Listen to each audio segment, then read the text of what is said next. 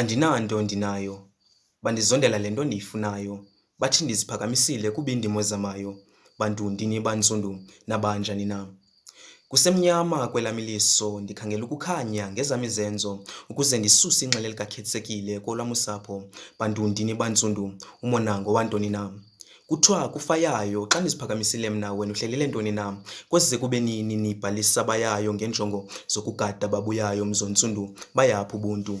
Ngumasindwe zam ongenatyala ndofa ndiyiqinisile yam imihlathi kule mimango inyukelayo, lakubile lam ibunzi, yakuba nguye olosulayo, bakundibinza entliziyweni ngelibukhali krele, yakuba ngabo abandikhuselayo, ndiqinise qamata kweyam indlela, mandizalwe ngokutsha ukuze zihlaziyeke ezam iingcinga, mini nobusuku iliso lam lesithathu malihlale livulekile, ukuze ndingabiyiyo intonga yomgwanishe, xola mtyhola ndisazi esam isono, ndiseze ngobusezweni mazithetheleleke nezam iziphoso, andinanto ndinayo.